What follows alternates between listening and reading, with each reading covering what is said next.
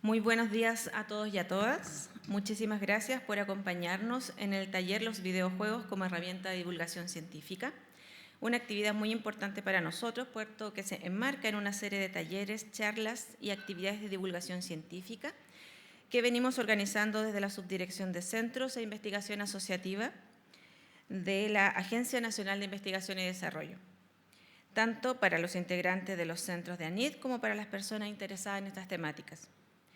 Queremos agradecer especialmente al Ministerio de las Culturas, las Artes y el Patrimonio y a sus trabajadores y trabajadoras por permitirnos ocupar nuevamente el hermoso Palacio Pereira para realizar esta actividad.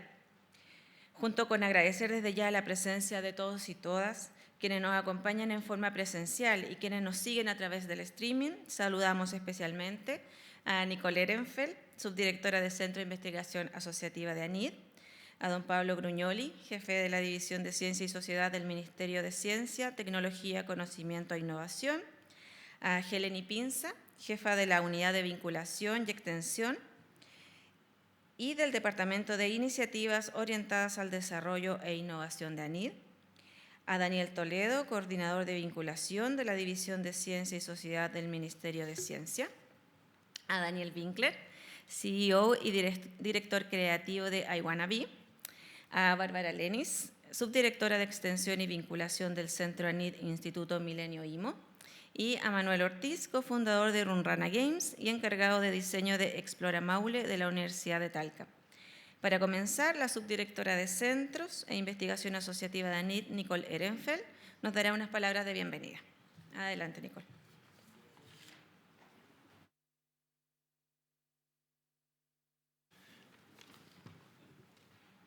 Muchas gracias, Mariela. Buenos días a todos y a todas. Voy a saltarme los vocativos. Sí quiero agradecer a todos los presentes en la sala y también a los que están conectados de forma remota por estar acompañándonos en esta mañana en este entretenido e interesante taller. Estamos muy contentos de poder recibirlos a todos y todas en este hermoso palacio y al mismo tiempo de poder llegar a sus pantallas, ojalá a muchos kilómetros de aquí, para poder compartir con ustedes esta interesante actividad. Desde la Subdirección de Centros e Investigación Asociativa de la Agencia Nacional de Investigación y Desarrollo ANID, apoyamos, financiamos y acompañamos a 72 centros de excelencia en múltiples temáticas, cuyo quehacer y desarrollo en investigación científica responde a las más variadas áreas del conocimiento humano. Los centros ANID se destacan por fortalecer la base científica y tecnológica del país, promover el valor de la investigación asociativa con colaboración dentro y fuera de Chile, impulsar la formación de capital humano avanzado y promover una cultura científica y tecnológica en la población. Ustedes mejor que nadie están familiarizados en el desafío que significa poder compartir el avance y resultados de una investigación científica de forma eficaz, entretenida y ojalá pedagógica, que ojalá llegue a nuestros niños y niñas que es tan difícil de contactar hoy en día. Poder acercar este conocimiento a la sociedad, a niños y niñas y los distintos rangos etarios y niveles educacionales que la componen es uno de los desafíos permanentes de la divulgación científica. Y este encuentro es una invitación a avisorar el uso de nuestros formatos para comunicar los resultados, desarrollos y descubrimientos de la ciencia chilena está realizando. En este caso, a través de los videojuegos, uno de los formatos más populares en el mundo moderno. Combinar contenido científico y el desarrollo de videojuegos es una mezcla que nos ofrece un mundo de posibilidades y oportunidades para poder encantar, educar e inspirar a muchas personas y especialmente a las nuevas generaciones. Distintas formas de explorar el universo, sumergirse en el cráter de un volcán, por ejemplo, ser un microorganismo extremófilo, en el mismo volcán quizás, en algún salar, o poder recorrer el cuerpo humano a través de la experiencia de un videojuego, puede ser una forma muy fresca e interesante de comunicar conceptos científicos y nos brinda la oportunidad de fomentar la curiosidad y el pensamiento crítico de manera innovadora y atractiva. Hoy nuestros exponentes podrán contarnos con propiedad algunas de las facetas, oportunidades y las muchas complejidades que puede tener el desarrollo de un videojuego, con especial énfasis en contenidos científicos, a través de sus propias experiencias profesionales. Muchas gracias a Daniel, a Bárbara y a Manuel por ser parte de esta actividad. Y les agradezco a todos por su presencia hoy.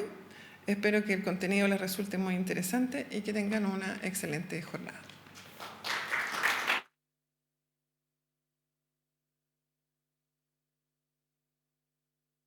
Muchas gracias, Nikki, por tus palabras. A continuación, invitamos al jefe de la División de Ciencia y Sociedad del Ministerio de Ciencia, Tecnología, Conocimiento e Innovación, Pablo Bruñol. Adelante, Pablo.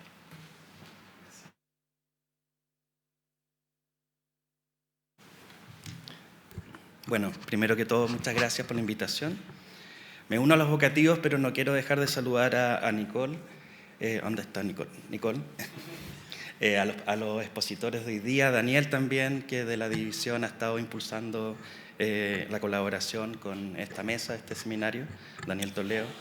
Así que muchas gracias a todo el equipo de la Subdirección de Centro de Investigación Asociativa de la NIP, a través de la Unidad de Vinculación y Extensión. Para nosotros como división es muy importante construir este vínculo, reforzar este vínculo que yo estoy partiendo, yo estoy hace 1 mes y medio, y primera vez que me invitan en este rol a hablar, digamos, a una presentación, así que, bueno, es como también una presentación en sociedad.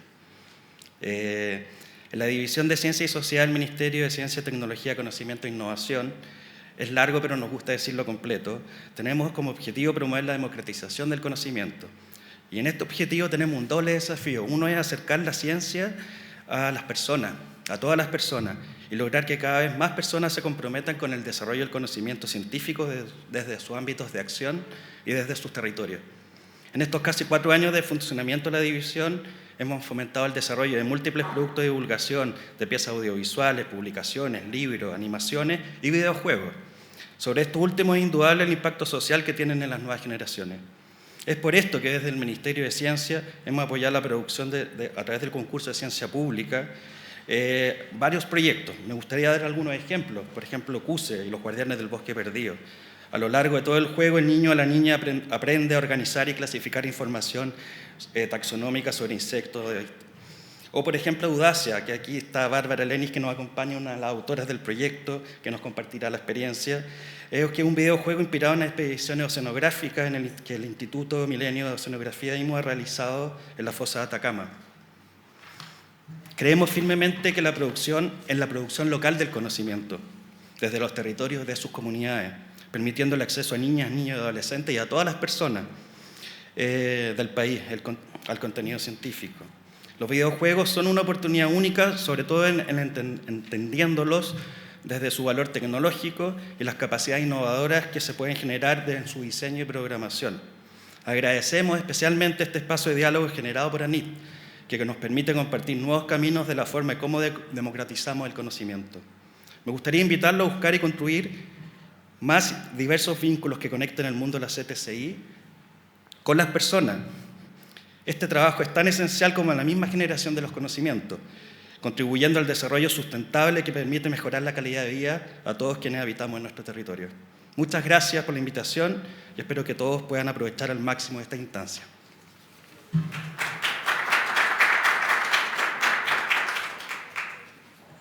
Muchas gracias, Pablo, por tu intervención. A continuación, comenzaremos con la actividad. Primero tendremos una exposición breve de cada uno y una de las exponentes, donde conoceremos su experiencia profesional en el desarrollo de videojuegos, para luego dejarlos con una interesante mesa redonda, la cual será moderada por el coordinador de vinculación de la División Ciencia y Sociedad, Daniel Toledo. Para comenzar las exposiciones, dejo con ustedes a Daniel Winkler, ingeniero civil informático, CEO y director creativo de iWannabe. Adelante, Daniel. Hola, buenas. ¿Se escucha bien? Buenísimo. Buenísima. Primero que todo, bienvenidos, bienvenidas. Hoy día voy a hablar un poco, va a ser una presentación breve de lo que hemos hecho últimamente con iWannabe y después tocar un poco el tras bambalinas de lo que es hacer un videojuego para que se entienda un poco más esta industria. Entonces, Primero, lo que hemos estado haciendo en estos últimos años. Nosotros somos una empresa que fue fundada en el 2011, ya vamos a cumplir 12 años. Hemos trabajado con distintos entes internacionales súper importantes que los voy a mencionar ahora. Uno de los últimos juegos que lanzamos fue What Lies in the Multiverse, que ha recibido muy buena valoración, la crítica le dio súper bien, ha sido nominado a 2 premios Giga y ahora también acaba de ser nominado a Mejor Juego de Latinoamérica en el Festival de Brasil.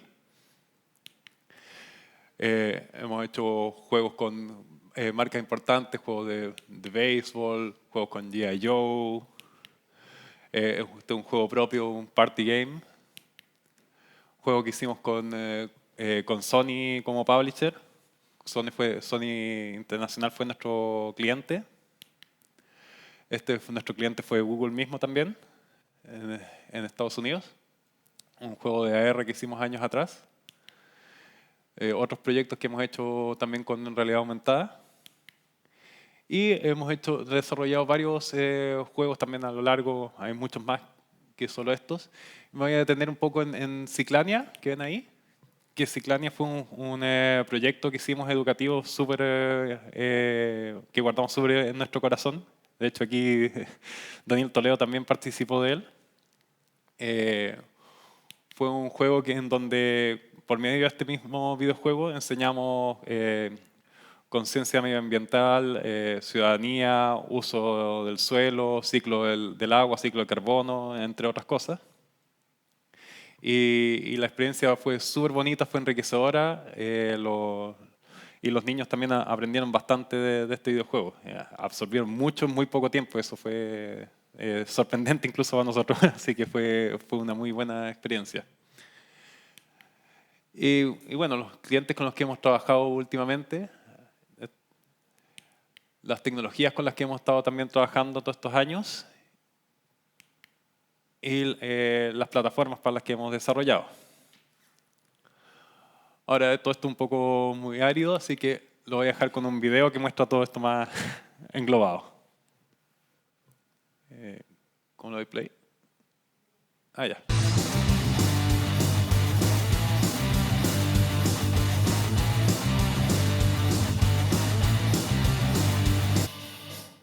Oh.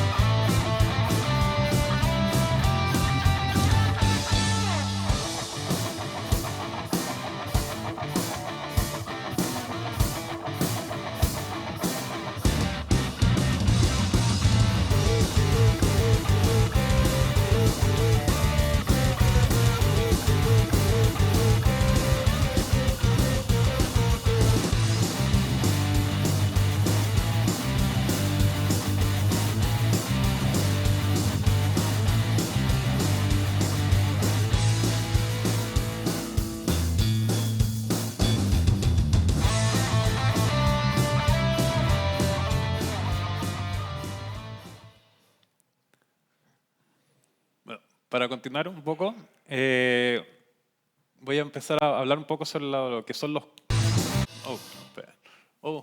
los costos de desarrollo de lo que es la industria de videojuegos. Porque normalmente el estigma que uno tiene es como, hacer videojuegos es como jugarlos, es algo de ser simple. Y hay una industria detrás, es como decir que comer una torta es lo mismo que hacerla. Fabricar una torta es mucho más complicado que comérsela y uno lo disfruta mucho, pero son cosas muy distintas. Entonces, los costos los podríamos categorizar un poco en game design, programación, arte, audio, dirección, administración y otros. Pero voy a entrar en cada uno un poco más en detalle para que vean los profesionales que hay metidos dentro de cada área. Por ejemplo, están los game designers, que es el más típico dentro de esta área, que sería el que diseña la experiencia de juego. De ahí estarían los level designers, que son los que estructuran cómo va a estar, por ejemplo, si el escenario donde va a estar jugando el jugador, dónde va a estar cada uno de los elementos, las paredes, los enemigos y demás. Y de hecho dentro de ellos están los que se especializan en layout, que sería como esta imagen de ahí, dibujarlo más en papel, por así decirlo. Pero también están los level designers que trabajan en blockout, que es meterse en el sistema y ya poner elementos ya en 3D, por ejemplo, dentro del mismo juego. Están los escritores que escriben la historia, o están también los que se dedican a hacer los diálogos de cada uno de los personajes, diseñadores de sistemas, de cómo operan cada uno de los sistemas que hay por detrás del juego mismo, los que diseñan cómo hacer las interacciones de combate y hacen balanceo de esto. Está la gente de Quality Assurance, que es asegurarse la calidad, que lo metí dentro de Game Design para no dejarlo solito en otra área. Y los localizadores, que son la gente que también se preocupan de traducir el juego para los distintos idiomas donde va a ser jugado. ¿Y por qué se le llaman localizadores y no traductores? Porque no solo traducen las palabras directamente, sino que a veces tienen que preocuparse del contexto para hacer la traducción. Se me quedó pegado el botón.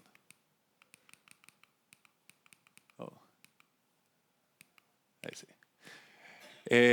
Dentro de programación tenemos los que programan cómo se va a jugar el juego, pero también tenemos los que se especializan en programar inteligencia artificial, los que se especializan en programar física, en online, para las distintas plataformas donde se va a trabajar, por ejemplo, consolas, celulares.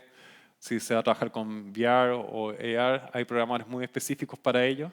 Todos estos son profesionales también, ingenieros normalmente.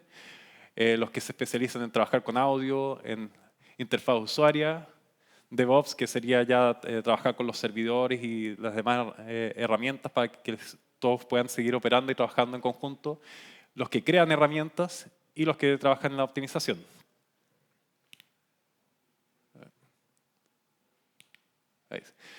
Dentro de arte están los concept artists, que son los que arman como el concepto visual de cómo se debería ver el juego, cómo debería verse cierta situación.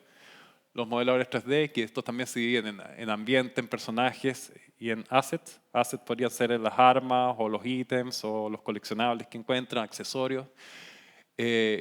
Ilustradores. Bueno, el modelador 3D, no solo el modelado, sino que eso también involucra hacer las texturas de los mismos personajes o de los ambientes. Están los ilustradores, que ilustran personajes, ambientes. Animadores, los hay tanto 2D como 3D. Riggers, que vendrían siendo los que hacen el sistema de huesos para conectar el modelo 3D y decir que con este hueso se va a mover esta mano, con esta se va a mover esta parte del cuerpo. Entonces tienen que preocuparse de eso y estar constantemente viendo las animaciones de que no se vaya a romper algo con alguna animación porque no quedó un hueso bien puesto a ese polígono, por así decirlo.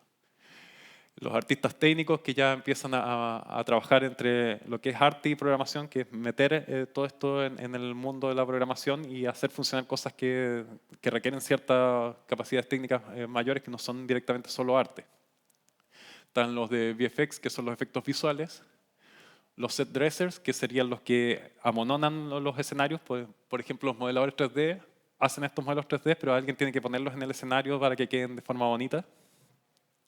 Y los UI artists, que son los que se encargan de hacer los assets para las interfaces de usuario, los menús y todo eso. Por ejemplo, aquí hay un ejemplo de concept art de lo que es para lo que fue el juego de G.I. Joe. Ahí tenemos el concept art de los botes y ahí es como queda después en 3D. Aquí un concept art de lo que es un escenario y después cómo se ve en el juego. Y el level design, involucra, como decía, parte de lo que es los game designers, que es especialista en el design, y los que son la parte de arte. Entonces, por un lado tenemos lo que es el layout en papel, después se pasa a blocking, que es ponerle bloques dentro de todo este escenario cuando se está trabajando en 3D. Y después viene la parte de arte, en que toma el concept art y transforma estos bloques en el modelado 3D, hace un modelado 3D que vaya acorde con esto, se hacen las texturas y finalmente se hace una pasada de iluminación. Hay otros pasos más, pero estos son como a grandes rasgos. En animación tenemos dos tipos de animaciones 2D, las que es cuadro a cuadro, que se dibuja cada cuadro de la animación, y esto es mucho más exhaustivo, mucho más trabajo, pero tiene un acabado distinto, y los que es animación por huesos, que también así como en 3D están los distintos huesos para el modelo 3D, se le ponen huesos a las distintas partes de las imágenes 2D para moverlas directamente, que es mucho más simple de fabricar después de hacer las animaciones. Bueno, en el área de audio tenemos los sonistas, compositores musicales. Los sonistas ponen los sonidos, compositores musicales crean las músicas. Tenemos ingenieros en sonido, que cuando de repente se hacen cosas, por ejemplo, con orquesta, ¿por qué la menciono ahí? Es nuestro lead composer y nosotros acabamos de hacer un proyecto con la Orquesta Filarmónica de Valdivia, de Los Ríos. Entonces, también se puede dar instancia en que uno incluya este tipo de cosas dentro de un juego. Dirección, están los directores, el director creativo, como vendría siendo yo, directores por área, que es director de arte, director de programación, en general para dirigir cada una de estas áreas que mencioné anteriormente, y productores también, general y por áreas, que es más que nada la parte que se encarga de todo, que el proyecto llegue a su fin y en la calidad que uno espera. Y bueno, como toda empresa, administración, recursos humanos, finanzas, gerencia, contadores, abogados y otros costos que pueden haber como la oficina, equipos, kits de desarrollo, que serían porque por ejemplo para trabajar con consolas uno no trabaja con por ejemplo el PlayStation directamente, sino que trabaja con un equipo especializado para poder fabricar juegos para esa consola. Servidores y las herramientas, como ahí se ve Unreal, hay distintas herramientas que uno ocupa para trabajar más fácil, más cómodamente, pero también tienen sus licencias asociadas. Entonces, todo esto es lo que hay detrás del desarrollo de cada videojuego, principalmente. Y hay tipos de desarrollo. Están los AAA, que se llaman, que son juegos de millones de dólares de presupuesto, de años de desarrollo. Y muchas veces algunos llegan así diciendo, hoy tengo una idea de un juego con todo esto y al final le están nombrando un juego AAA que se escapa un poco de lo que se puede hacer aquí todavía. Ojalá que en el futuro no sea tan así. Están los indie, que son juegos mucho más chicos. Juegos normalmente igual hay más categorías, pero estos son como los principales, que serían como los juegos que quieren explorar cosas nuevas y son juegos de categorías más chicas que incluso puede sacar una persona por sí sola o un grupo de personas más acotados. Y entre medios dos vendría el término medio, que es un poco los juegos que hemos estado desarrollando con Iguanaí. Y también los desarrollos se pueden dividir en juegos que son 3D y juegos que son 2D. Hacer un juego 3D es más costoso que hacer un juego 2D, por todas las cosas que involucra. Ahora, igual en 2D, como les mostré, si la animación es cuadro a cuadro, también se hace más costoso. Plataformas también influyen en los costos. ¿A qué plataformas uno va a apuntar? Si va a apuntar a consolas, es bastante costoso. Mobile tiene también sus temas con optimización, con la cantidad de dispositivos increíbles que hay. Hoy me faltó aquí el PC, que sería computador en sí. Acostumbrado a englobarlo en consola. Web, que serían como los más simples, pero también requieren mucha optimización y son juegos mucho más pequeñitos. Y otros en general, realmente no sé si quieren hacer una experiencia en un lugar en particular y una experiencia donde tienen que interactuar con un hardware especializado para ellos, no sé, o con un auto que fabricaron para eso, vendría cayendo en otros y también eso afecta cómo serían los precios, los costos del desarrollo. Se corrió ahí. Y tecnologías adicionales que uno quiera agregar, por ejemplo, trabajar en VR tiene también sus desafíos. Por ejemplo, tienen que correr a ciertos FPS porque si no la persona que está usando el VR se marea y eso significa harta optimización, entre otras cosas. AR, la realidad aumentada, también tiene otros costos asociados y otros en general. Entonces, es un poco para hacer ver, por ejemplo, nosotros somos una empresa que actualmente estamos trabajando con 50, 60 personas.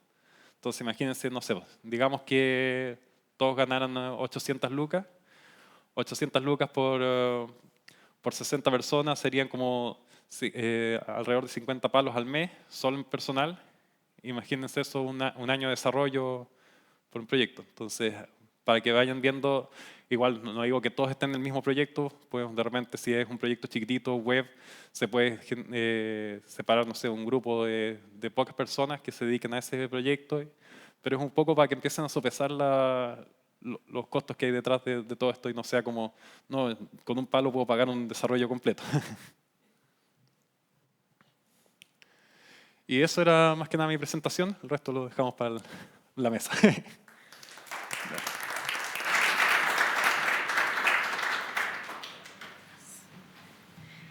Muchas gracias, Daniel, por tu interesante presentación.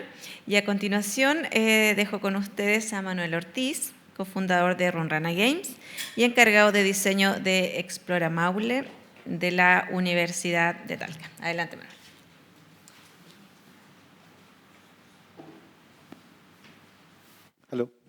Hola a todos. Muchas gracias por la invitación. No suelo dar muchas charlas, de hecho creo que en mis 10 años de desarrollo, trabajando en desarrollo en producto de divulgación, creo que esta es la tercera vez que acepto una invitación. Así que discúlpenme si en algún momento me tupo o me confundo, pero creo que era la instancia, merecía que yo compartiera mi vasta experiencia, porque siento que llevo muchos años trabajando en esta área. Bueno, soy diseñador de producto, salí de la Universidad de Talca, después terminé trabajando en ella y actualmente trabajo como profesional de la unidad de divulgación de la Dirección de Vínculos con el Medio de la Universidad de Talca y paralelamente también trabajo en el desarrollo de videojuegos. A continuación para mostrarles un poco mi trabajo en estos años, algunos productos que la mayoría de ellos los trabajé en conjunto con la universidad y uno por ahí, otro proyecto que fue externo, más personal.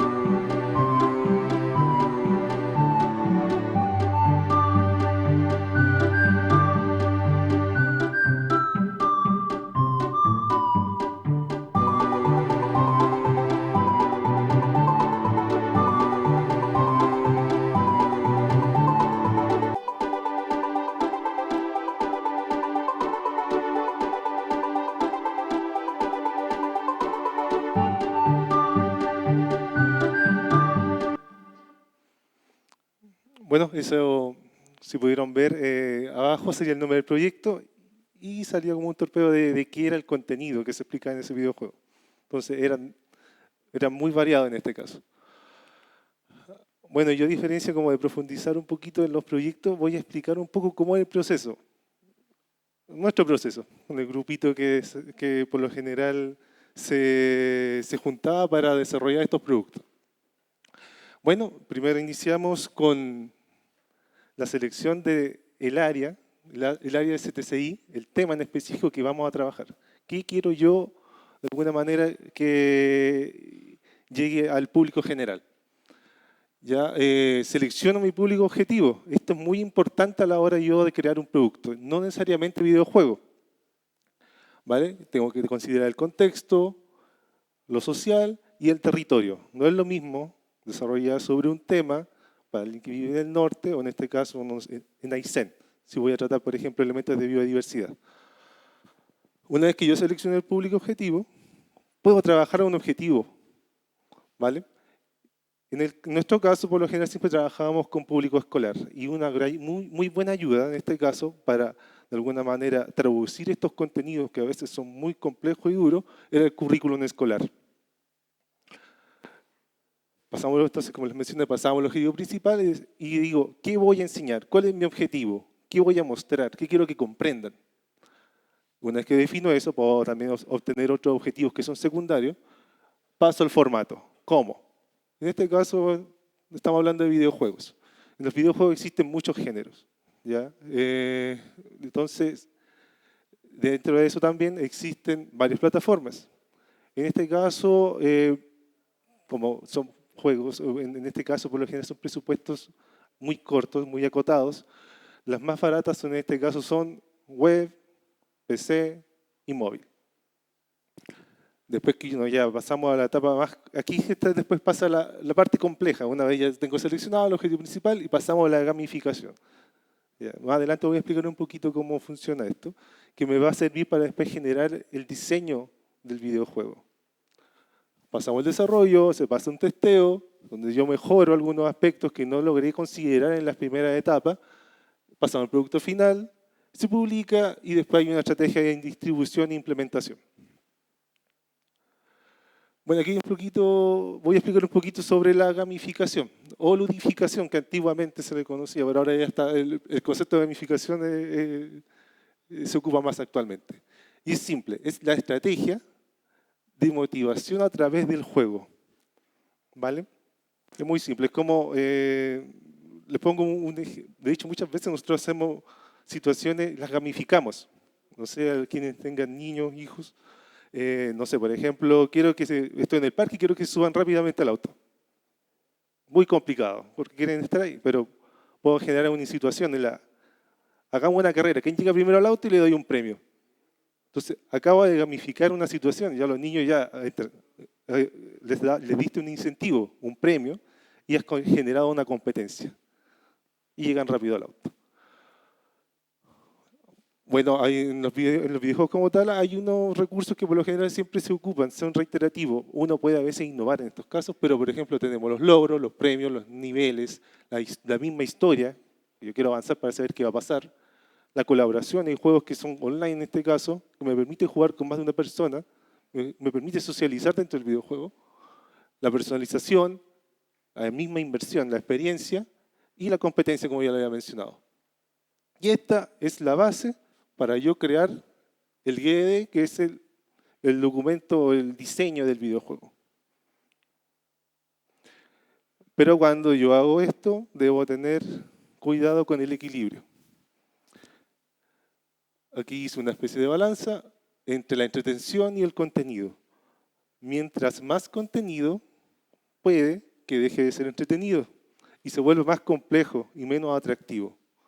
Y si le pongo mucha entretención y descuido el contenido, ya pierde el foco, ya no pierde el sentido de este videojuego que tenía la intención de enseñar. Y todo esto siempre considerando el factor tiempo, que repercute mucho en el presupuesto. Hay un concepto que aquí yo puse, que lleva muchos años, que se llama de ciencia de contrabando, que es la ciencia en contextos no formales. O sea, Esa es la idea que yo aprenda, ojalá sin siquiera darme cuenta. El niño en este caso, ojalá aprenda sin siquiera darse cuenta que lo está haciendo. Bueno, aquí tenemos un ciclo de creación. Obviamente les recuerdo que este es nuestro proceso, esto es de acuerdo a ensayo y error de todos estos años de desarrollo. No necesariamente videojuegos como les expliqué, pueden ser interactivos, pueden ser libros interactivos, exposiciones. Pero en este caso, aquí cambian algunos detalles por el tema del videojuego. Este es como una triada en que hay 3 tipos de actores, ¿vale? No necesariamente puede ser una persona, puede estar formada por grupos. El concepto, la idea, cuando se inicia la propuesta de qué es lo que voy a hacer. Y esto está muy ligado al asesor. El asesor científico que debe validar los contenidos. Entonces aquí hay una coherencia, se debe revisar una coherencia de la propuesta, que los contenidos estén bien científicamente bien explicados. Después que yo paso allá, llegamos quizá a un consenso, llevamos a los acuerdos de producción, porque no necesariamente a veces lo que en el diseño es factible realizarlo acá, en la etapa de desarrollo. Y una vez que ya está desarrollándose el producto, vuelve de nuevo el asesor y debe corroborar que todo está bien. Un ejemplo muy claro, por ejemplo, estamos trabajando el sistema solar. Hay un error muy recurrente a veces con el ejemplo por el tamaño de los planetas, por ejemplo. O si estamos hablando de células, por ejemplo, las representaciones están equivocadas, el asesor ahí tiene que estar atento. Al final es como indicar que el asesor siempre está incluido en el proceso del desarrollo. Bueno, aquí voy a explicar un poco cómo algunos aspectos que ya expliqué están reflejados en algunos de los videojuegos que ya desarrollamos. Este juego es un poquito viejo, pero encuentro que es un muy buen ejemplo, porque es un objetivo muy claro. El científico en este caso, Cristian Muñoz, que es como el entomólogo de la Universidad de Talca, quería de alguna manera concientizar de que a los pequeños, los niños en general, el único polinizador que existe para ellos es la abeja. La idea era presentar otras especies, ojalá de acá de Chile, endémicas, también cumplen el mismo rol. Se presentan acá en forma de caricatura, un formato atractivo. Se presentan en un escenario que representa el escenario, el contexto en el que se habita, depredadores, especies de flora y algunas características que se van viendo dentro del mismo videojuego. Y acá tenemos algunos elementos de gamificación, por ejemplo, quién más poliniza más flores, quién genera más enjambre, porque a medida que yo iba capturando flores, aumentaba mi cantidad de personajes en este caso, se iba multiplicando el enjambre. Después de eso tuvimos una pequeña reflexión, dijimos, mira, lo ideal para que este proyecto, pues los videojuegos continúen su vida, quizás démosle un guiño más potente dentro del aula. Por ejemplo, aquí trabajamos UPA y trabajaba muy apegado al currículum escolar. ¿Ya? Y en este caso es de primer ciclo. Y trabajamos especialmente algunas materias que eran complejas, pero detalles muy específicos. Como por ejemplo invertebrados, había otras como salió en el video, las placas tectónicas, que eran materias que a los chicos de primer ciclo les costaba. ¿Vale? Aquí de nuevo, algunos elementos de gamificación. Acá ganó estrellita a medida que lo haga mejor. Y hay una cantidad de experiencia en el sentido de que si yo lo hacía bien, al personaje le pasaba algo bueno. Cuando lo hacía mal, el personaje era castigado de forma graciosa, recurríamos al humor y le bajaban una estrellita. Aquí lo interesante era que pasó algo muy curioso, y era que los niños al principio se equivocaban a propósito para saber qué le pasaba al monito. Pero después de que ya probaran todas las interacciones, la idea era sacar la mayor cantidad de puntaje. Y este proyecto estaba acompañado, bueno, se llama UPA y IDU, y el otro estaba acompañado con otra parte que era como la parte más de aplicación, que era WIDU, que era una pizarra interactiva, con la misma estética. Este era un poquito para un grupo más grande. Se dan cuenta aquí ya hay más texto. Este proyecto se generó Porque cuando yo trabajé también, bueno, estoy trabajando en el Explora Maule, en el proceso de investigación escolar. Habían etapas en las que los chicos tenían problemas en el método científico como tal, que es fundamental para la investigación. Entonces dijimos, trabajemos un videojuego en el que se refuerce el método científico. Reforcemos las 4 etapas, pero debemos de alguna manera sistematizarlo, porque el método científico como que va y vuelve, va y vuelve. Entonces, pero ya hagámoslo de forma más lineal, más que nada como para que los chicos comprendan cada etapa, la hipótesis, observación, experimentación y un resultado. Y así fue el juego, un juego de misiones, que yo completaba las 4 etapas, tenía que buscar objetos, probar, ensayo y error, hasta que daba con un resultado y obtenía una medalla. Bueno, este es el proyecto que lo hicimos externo, pero creo que era muy importante, quiero mostrarlo más que nada porque no es ciencias naturales, este es de ciencias sociales, más enfocada para el sector de patrimonio. Habla sobre los faluches en navegación fluvial en el Maule, y ocupamos otro tipo de gamificación, en este caso era historia. En este juego no tiene nada de texto, solo son iconografía, animaciones, y de alguna manera yo voy interpretando lo que va pasando en la historia. Y ese era el incentivo, avanzar en niveles y saber qué pasaba. Ya terminé el juego. ¿Y ahora qué? Aquí pongo un dato. En Google Play, en Google, de hecho esto lo saqué anoche, porque tampoco sabía que había mucho, pero no la cantidad. Hay 388.000 juegos activos. Y en Steam, cerca de 50.000. Si yo publico, ¿por qué deberían jugar mi juego? Comparado con la empresa que realmente se dedica a hacer juegos de entretención.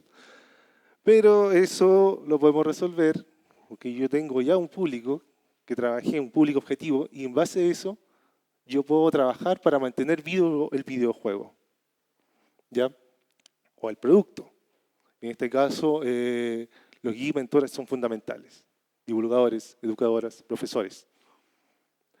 Y para esto yo debo entregar material de apoyo, tutoriales, guías pedagógicas, material complementario, ya no necesariamente puede ser unos puzzles, material impreso, videos tutoriales que le enseña al profesor, porque el profesor a veces ni siquiera quiere jugar o no tiene intención de jugar, pero los videos tutoriales, por ejemplo, le pueden ayudar mucho para comprender el juego y después poder aplicarlo en el aula.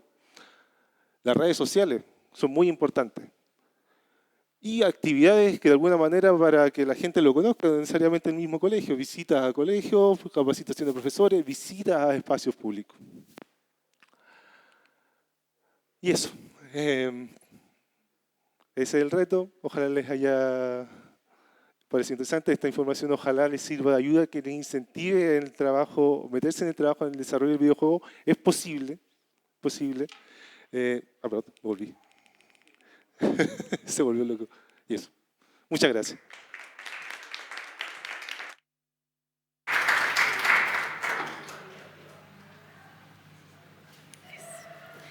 Muchísimas gracias, Manuel, por contarnos tu experiencia.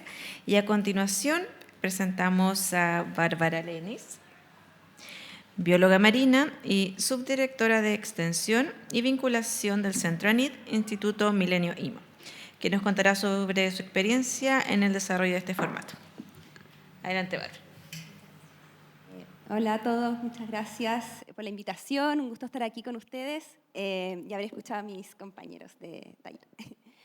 Y bueno, como ahí dice, yo vengo del Instituto Milenio Oceanografía y hoy día voy a compartir con ustedes algunas de nuestras experiencias en el desarrollo de videojuegos y, digamos, un poco en el mundo digital. Para quienes no conocen al IMO, nosotros, bueno, somos un centro ANID, ¿cierto? Un centro que lleva ya 10 años estudiando el océano, un centro de investigación oceanográfica, que se ha destacado estos últimos 5 años por estar liderando la exploración del océano profundo, específicamente en la fosa de Atacama. Y bueno, a lo largo de los años nosotros hemos desarrollado un equipo, un tremendo equipo multidisciplinario dedicado a la comunicación y divulgación científica, que reúne a distintos profesionales. Tenemos artistas visuales, artistas audiovisuales, una científica, comunicadores, y un informático, hasta una escritora también que se ha sumado recientemente a nuestro equipo. Y esa multidisciplinariedad nos ha permitido desarrollar a lo largo de estos años una gran diversidad de proyectos y productos, desde talleres de robótica, concursos de artes, charlas, talleres, capacitaciones para profesores, función de títeres y un gran etcétera. Entre eso, bueno, siempre hemos estado explorando distintos formatos para poder comunicar, ¿no es cierto?, y divulgar la ciencia. Tenemos una increíble, digamos, diversidad de proyectos audiovisuales que hemos desarrollado, desde series infantiles para los más chiquititos, series para niños más grandes, adolescentes, jóvenes y adultos. En el ámbito digital también tenemos, bueno, el 2015 desarrollamos esta plataforma, que es una especie de acuario virtual que se llama sumergete.cl, ahí lo pueden buscar, donde tenemos distintas salas interactivas. Cada sala representa un ambiente, un ecosistema de nuestros océanos asociado a nuestro país y que se va desarrollando a través de distintos contenidos, cada sala ya con preguntas, animaciones, locución y también algunos videos interactivos que van apoyando este contenido con imágenes. Ahí se ve.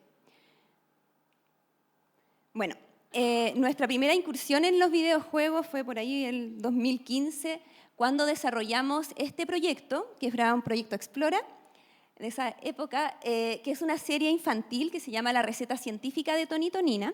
Tony Tonina es el chef de un restaurante llamado Sabores Submarinos. Fueron 8 capítulos de la serie animada. Además, es una serie educativa. Cada capítulo abordaba un contenido específico de primer ciclo básico. Y asociado a ¿podemos bajar el volumen? Gracias. Asociado a esta serie, además, desarrollamos este videojuego muy simple, un videojuego web, digamos, está en una página web, tonytonina.cl, donde además están los capítulos.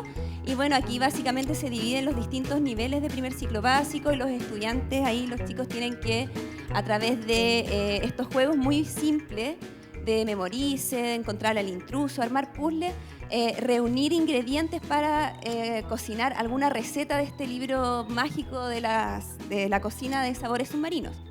Y una vez que han reunido los ingredientes,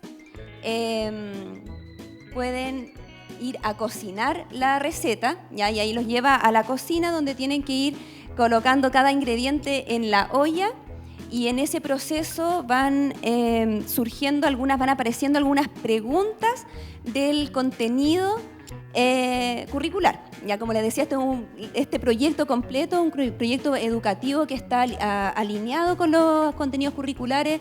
En este caso, ahí ustedes ven algunas preguntas asociadas a los contenidos de primero básico, ¿ya? Y ahí van respondiendo. Entonces, una vez que cumplen la misión y logran cocinar, finalmente se prepara el platillo y ya pueden volver a la cocina y revisar nuevamente el libro para ver qué otra receta pueden cocinar. Esa fue nuestra primera experiencia, y en ese sentido empezamos a darnos cuenta que nuestro objetivo comenzó a diversificarse en el ámbito de qué formatos podíamos utilizar para poder llevar, digamos, la ciencia, ¿no es cierto?, el océano hacia los distintos tipos de público. Y ahí es donde surge nuestra idea o nuestra visión de estrategia transmedia, de usar distintos medios, distintos formatos para abordar una temática. Como ya bien dije anteriormente, ¿no es cierto?, como todos saben, ¿no es cierto?, en el IMO hemos estado liderando la exploración de la fosa de Atacama, un hito muy importante que nos ha permitido, como área, ¿no es cierto?, de divulgación, desarrollar esta estrategia comunicacional utilizando distintos formatos para llevar este gran hito hacia la sociedad y hacia todos los tipos de público y todos los rincones de nuestro país. Y en ese aspecto hemos desarrollado ya, ¿no es cierto?, tenemos... no sé qué apreté. Bueno, tenemos 2 documentales, tenemos un libro, una exposición interactiva en un museo interactivo en la región del Biobío y también tenemos nuestro videojuego, nuestra segunda incursión en los videojuegos, que es Audacia Desafío Adal. Importante igual destacar, este proyecto fue digamos, ejecutado gracias a los fondos de Ciencia Pública del 2021 y también desarrollado por el informático que es parte de nuestro equipo, Edwin Rodríguez. Y aquí les voy a presentar nuestro videojuego, que tiene como objetivo, ¿no es cierto?, que los jugadores utilicen a nuestro lander para viajar a distintos puntos de nuestros océanos, distintas profundidades de nuestros océanos, distintas fosas, y pueden ir ahí descubriendo, investigando los distintos organismos, las distintas especies que habitan, y obviamente aquí la misión es lograr llegar a las mayores profundidades, partiendo desde los 0 metros hasta las máximas profundidades. En la fosa Atacama tenemos 8.000 metros, fosa Las Marianas 11.000 metros, y obviamente se va complejizando, se va oscureciendo ¿no es cierto?, la fosa a medida que se desciende, y van descubriendo estos distintos organismos. Al mismo tiempo tienen la posibilidad de acceder a un taller donde pueden ir mejorando sus equipos oceanográficos, pueden agregar sensores al lander, ir mejorándolo. Y también importante, bueno, tiene su banda sonora, que también está disponible para escucharla en Spotify. Y también importante que fue un proyecto educativo. Ahí, como decía Manuel, también es muy importante para nosotros siempre buscar que estos productos, ¿no es cierto?, tengan una funcionalidad más allá de solamente entretener, sino que también ser una herramienta útil para que los profesores puedan utilizarlos en el aula. Y ese fue uno de los objetivos de este proyecto. Nosotros, de alguna forma, ustedes pueden ver que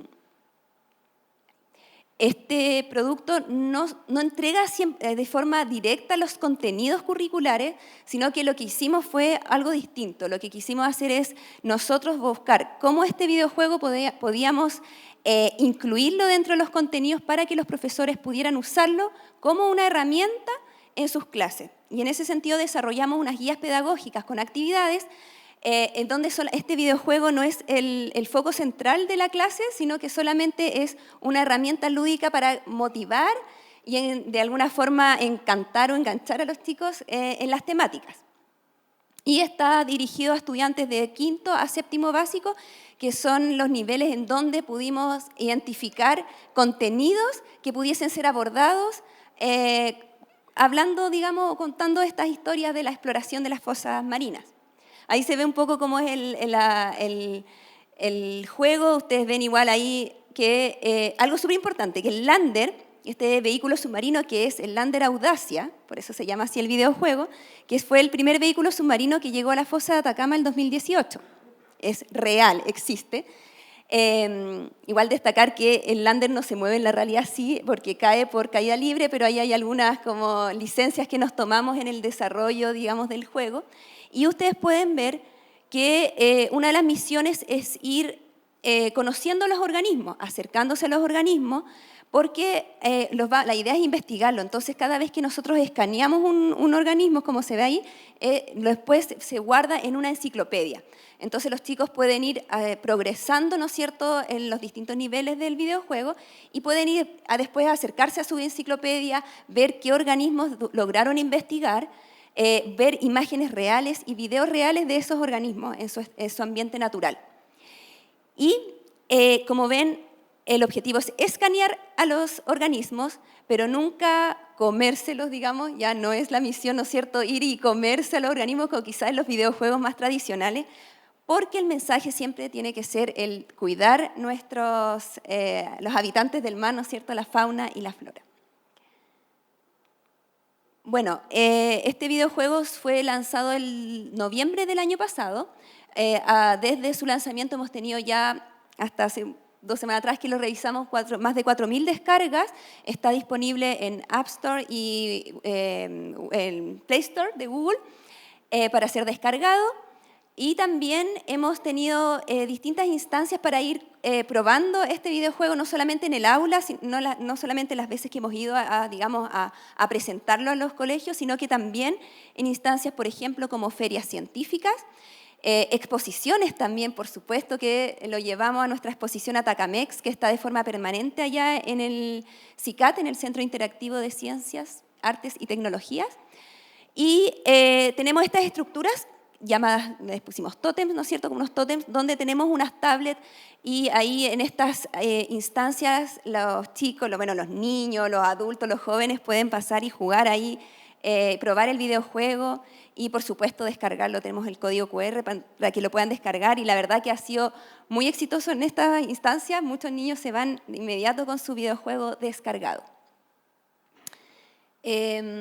Bueno, y para finalizar, contarles también que, siguiendo con esta idea transmedia, como ya les comentaba anteriormente, ¿no es cierto?, que tenemos estos distintos productos asociados a este gran hito que ha sido la exploración de la fosa Atacama, pero esto no se queda ahí, sino que también hemos desarrollado esta estrategia transmedia para nuestro personaje Tony Tonina, que yo les comentaba, que fue un proyecto del 2015, la serie infantil, el videojuego que ustedes vieron al principio, y luego desarrollamos una función de títeres, que por la pandemia no pudimos seguir presentándola, y por lo mismo después nos enfocamos en el desarrollo de estos cuentos. Tenemos 8 cuentos ilustrados de Tony Tonina, que además están en audiocuentos disponibles en Spotify y muy recientemente, de hecho la semana pasada estuvimos haciendo los primeros cuentos de estas hermosas historias, usando además no solamente los cuentos, sino que también a los títeres, que como ya los tenemos, entonces tenemos esto desarrollado, entonces continuamos con esta idea siempre del transmedia, de utilizar distintos formatos, plataformas, para llegar a los distintos tipos de públicos y que nos permita justamente cautivar a los distintos públicos que existen, no solamente en términos de edades, sino que de también distintas formas que existen, que tienen las personas de aprender y de encantarse con los contenidos. Eso, muchas gracias.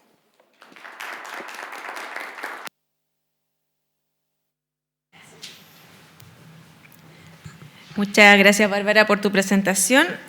Ahora, a continuación, pasaremos a la parte final de nuestra actividad. Para ello, dejo a Daniel Toledo, quien moderará una mesa redonda de conversación junto a nuestros ponentes. Al final, vamos a tener un espacio para responder las dudas y consultas tanto de las personas que están acá en el auditorio como de aquellas que nos acompañan por streaming. Entonces, adelante, Daniel, y a nuestro invitado, por favor.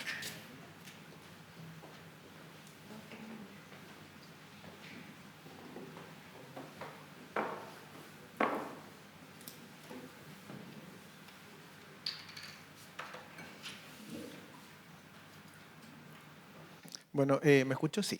Muy buenos días a todas y todos. También a quienes nos acompañan a través del streaming. Primero que todo agradecer a NID y a la UV por esta invitación, esta entretenida invitación a tener esta conversación con Manuel, Bárbara y Daniel. Transparentar desde ya que a los tres los conozco de distintas instancias, Ciencia Pública, Explora y Ciclania hace unos años atrás. Y para poner un poco en contexto, quisiera partir preguntándote, Daniel, ¿qué define un videojuego? ¿Qué lo diferencia de una aplicación, de un video interactivo? ¿Qué características debe tener un desarrollo para ser considerado un videojuego? Bueno, de hecho hay una diferencia entre lo que es un juego y un juguete, que ya vendría siendo un poco para denotar cuál es la diferencia incluso con una aplicación. Un juguete es algo con lo que uno puede jugar, puede divertirse, pero un juego es algo que tiene objetivos, tiene reglas y además te divierte. Entonces, esa vendría siendo como un poco la diferencia entre esas tres. O sea, la experiencia que ofrece entonces este desarrollo es lo que lo podría diferenciar de una aplicación que tiene quizás una funcionalidad más particular o práctica.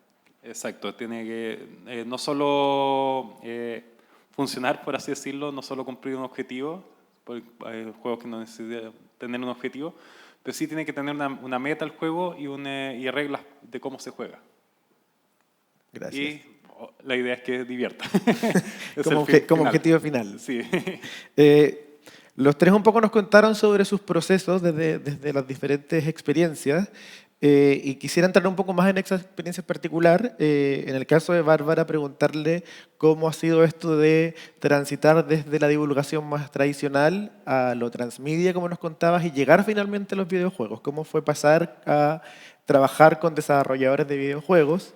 En el caso de Daniel, preguntar a la inversa, el haber comenzado trabajando con empresas que tradicionalmente hacían videojuegos y tener esta experiencia en que trabajaste con un centro de investigación para desarrollar un videojuego educativo de ciencia. ¿Cómo fue ese nuevo público al que te enfrentaste, que era un equipo de científicos?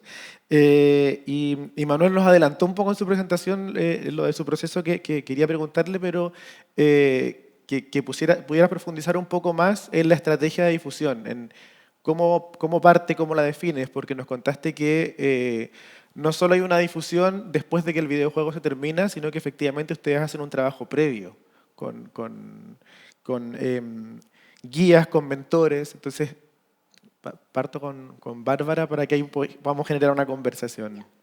Bueno, para nosotros en realidad una de las principales cosas que ha sido que de algún modo, claro, podemos partir, ¿no es cierto?, con esto, con las charlas tradicionales y todo, pero de algún modo también empezamos a ver, a preguntarnos cómo llegar a los distintos tipos de públicos. Sabemos que hay personas que enganchan más quizás con los videos, con los videojuegos, con los libros.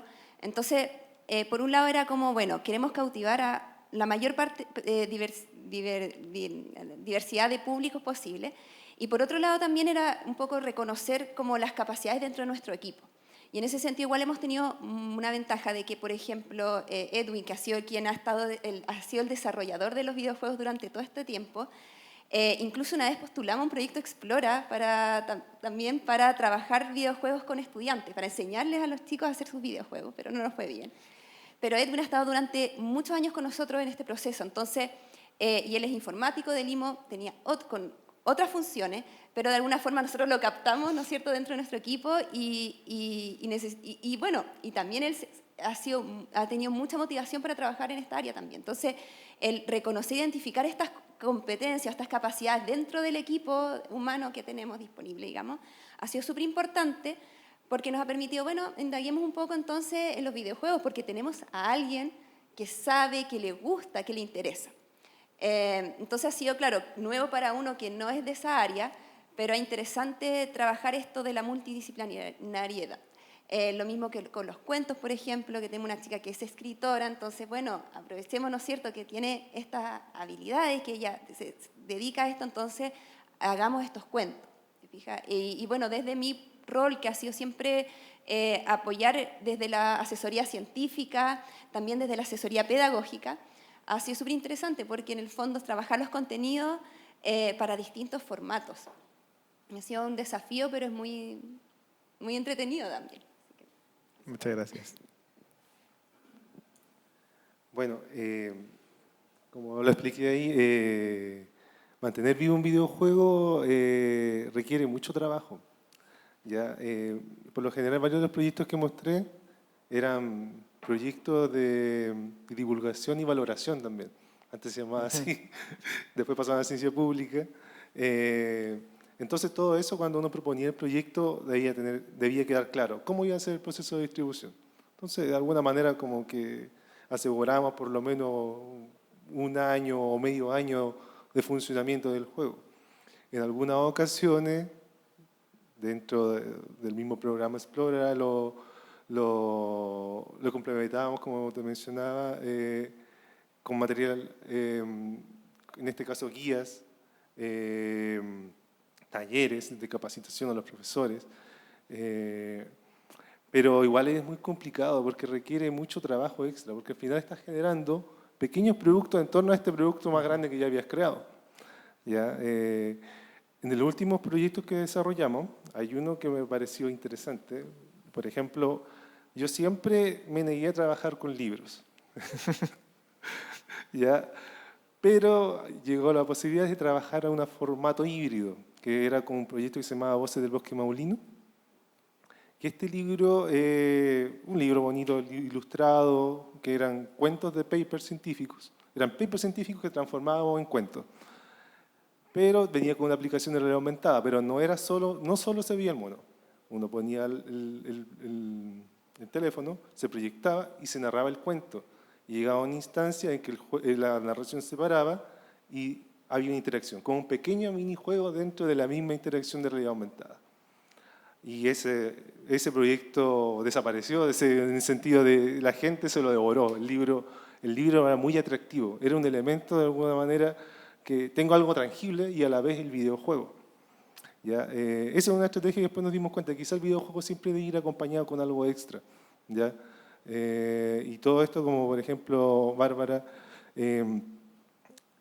trabajar estos elementos transmedia, hacer esto, por ejemplo, un videojuego, yo podría perfectamente hacer una web serie, una obra de teatro, pero como lo menciono otra vez, es trabajo adicional. ¿Ya? Al final tú vas creando como este pequeño multiverso de pequeños productos en torno a un tema.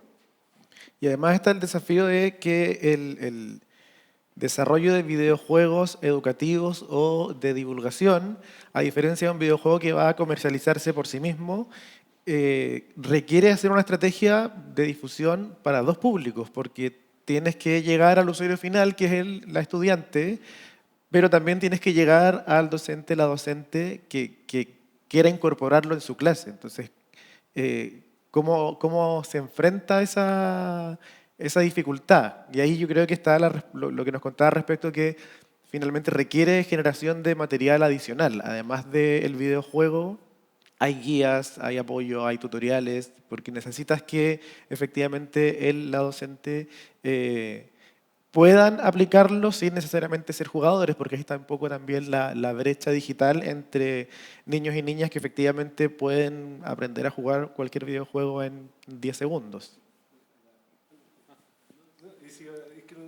Sí, es que hay que mostrar el público del área que juega videojuegos en este tal. Yo puedo estar jugando 5 años un videojuego, pero de la nada puedo dejar de jugarlo. Es un público bien ingrato en este caso. Entonces en estos videojuegos que muchas veces los chicos lo instalan, juegan 10 minutos y se borra. Entonces es un público muy difícil. Y hay otra cosa también. Uno cree que todo el mundo juega, pero no. Nos tocó muchas veces en el testing que más de la mitad del curso no le llamaba la atención los videojuegos. Entonces, si uno le presentaba un videojuego con un montón de reglas, de interfaces, es como, no lo entendí al minuto y chao. Bueno, volviendo a la pregunta que te había dejado antes. Sí, primero que todo, bueno, Manuel lo graficó súper bien en su presentación. Y un poco conecta con la primera pregunta que me hiciste.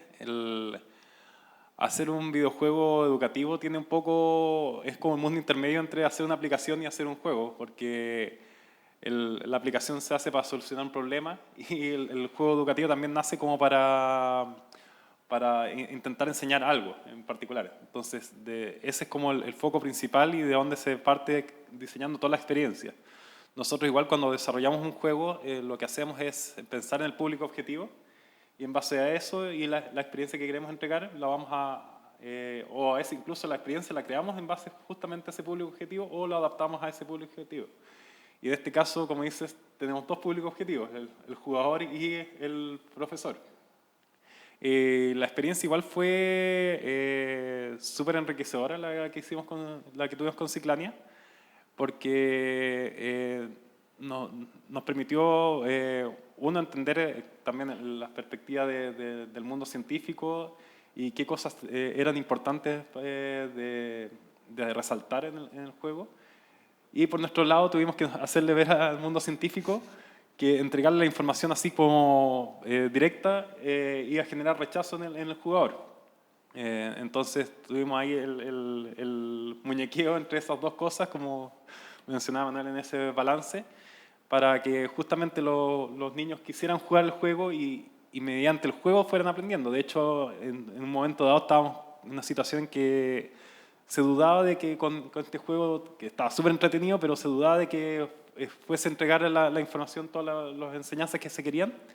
Y llegamos a una sesión con niños para probarlo. Los niños lo probaron por como 15 minutos y después dijimos, ya tenemos que pausar el juego. Y no querían pausar, seguían jugando. Y después de que por fin logramos pausar el juego, los científicos del proyecto empezaron a hacer preguntas y los niños habían agarrado, absorbido todo. Los primeros 15 minutos del juego ya nos sorprendieron a todos.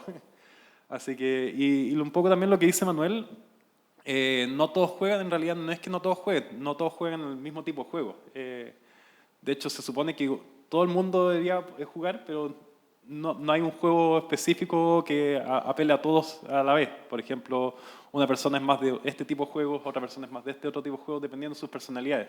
Entonces, a veces hay que intentar englobar lo más posible, pero no apelar a todos, finalmente.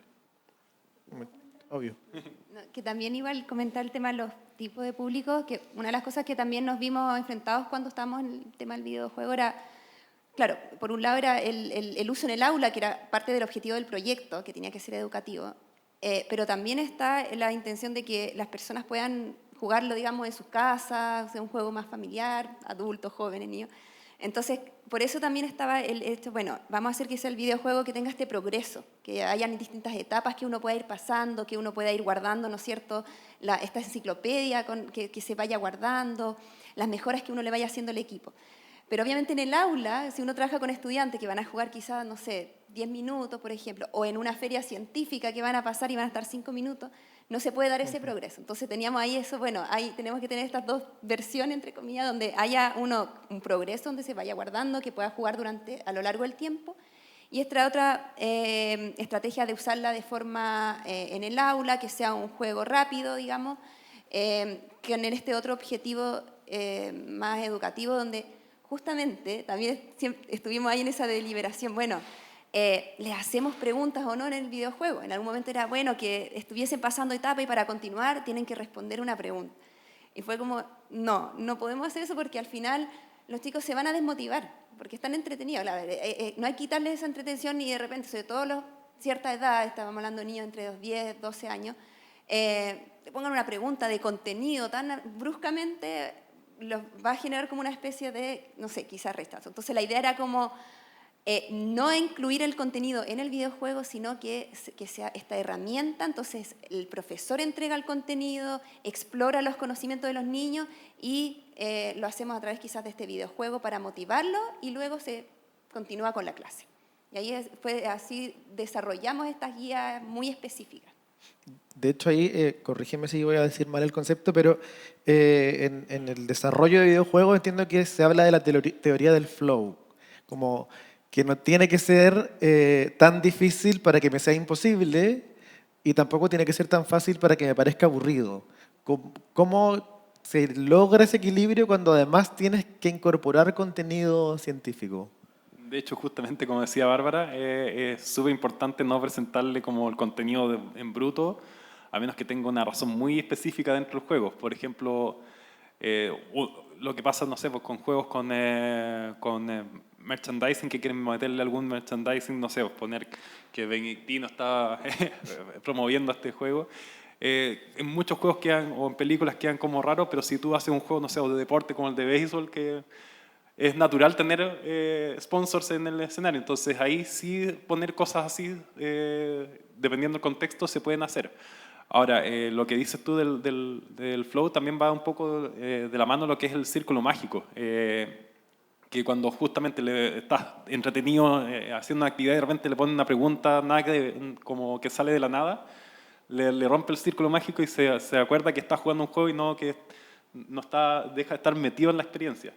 Y sí, el flow viene siendo no solo para los videojuegos, sino que actividades en general. Cuando uno tiene el desafío es suficiente como para que te sientas retado, pero no tanto como para que te frustre.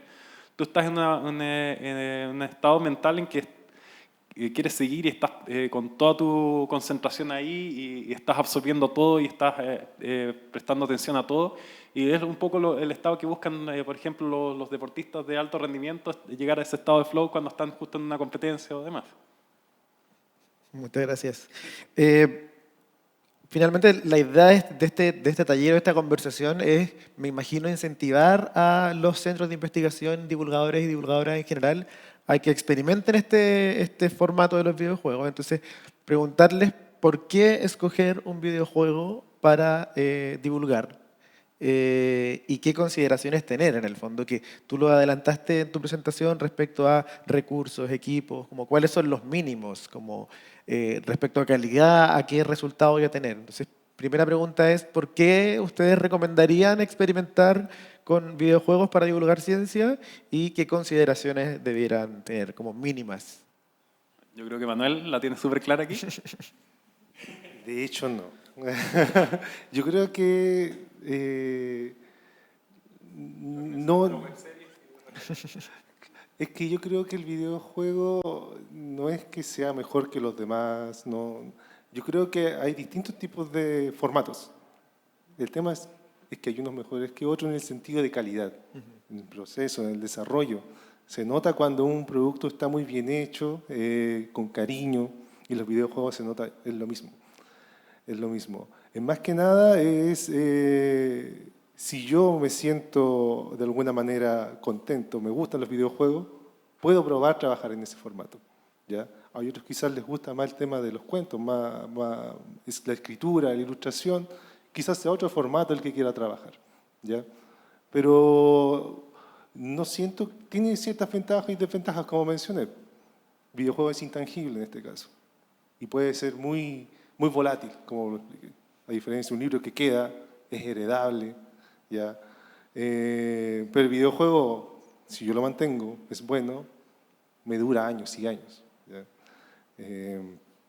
Eso no, pero en específico no sería como mi formato favorito. Creo que todo depende del cariño que se ponga y la dedicación en el desarrollo.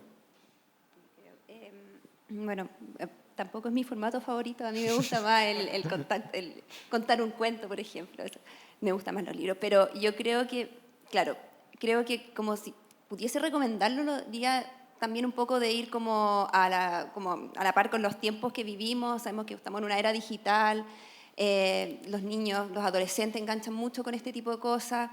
Entonces yo creo que es como ir probando, justamente. Y hablando nuevamente desde Lima, o sea, para nosotros es importante esto de probar y de diversificar los formatos. Entonces, si tenemos las capacidades, tenemos las personas interesadas, motivadas, y podemos postular unos fondos, bueno, hagámoslo, intentémoslo. Así como hemos intentado los distintos formatos y veamos cómo resulta. Igual es súper importante lo que dice Manuel del tema de la calidad del video, porque... y también, como decía, ¿no es cierto, Daniel?, de que hay distintos tipos de videojuegos. Nosotros vemos el Audacia, por ejemplo, que fue desarrollado con Ciencia Pública, son fondos igual bastante reducidos. Ustedes vieron que es una sola persona que se dedicó al desarrollo del videojuego. Mi trabajo fue contenidos científicos pedagógicos. Tuvimos una sola persona dedicada al arte, a la ilustración, a todo lo que toda la parte gráfica. Y los recursos que obtienes de este tipo de fondos tampoco se destinan 100% al desarrollo del videojuego. Hay que también guardar, ¿no es cierto?, para la parte administrativa, el lanzamiento, la distribución, que es otro tema y un tremendo desafío. Te dan tiempo para que después distribuya. Entonces, es hacer lo mejor que podamos hacer, el mejor videojuego con los recursos que tenemos. No apuntar quizá algo muy gigante, grande, con esos recursos porque no lo vamos a lograr y quizás va a quedar algo muy malo. Entonces, eso por ese lado. Y lo otro creo yo que es esto de probar distintos formatos. No es que haya uno mejor que otro. Yo creo que cuando uno tiene una historia que contar, un hito que quiera resaltar y que quiera mantenerlo vivo durante mucho tiempo, esto de definir y decidir usar distintos formatos permite justamente eso, o sea, tenerlo vivo durante harto tiempo, llegar a muchas personas y entregarle herramientas a los profesores, que como profesora lo digo también, siempre voy a pensar primero en el ámbito educativo, cómo le hago algo que no sea solamente para divulgar en ferias científicas, en charlas, ¿no es cierto? Porque yo voy ahora a los colegios, doy mi charla, por ejemplo, el Océano Profundo, muestro videos, llevo mis lentes de realidad virtual que tenemos también, donde la gente viaja a la fosa Atacama. Les presento el videojuego, ¿cierto? El libro, regalo. Entonces, tengo una serie de productos y formatos donde puedo encantar a distintas personas, ¿ya? Y de alguna forma llegar con algo a todos. Y eso ha sido súper, súper potente para nosotros, muy importante. No, estamos bien.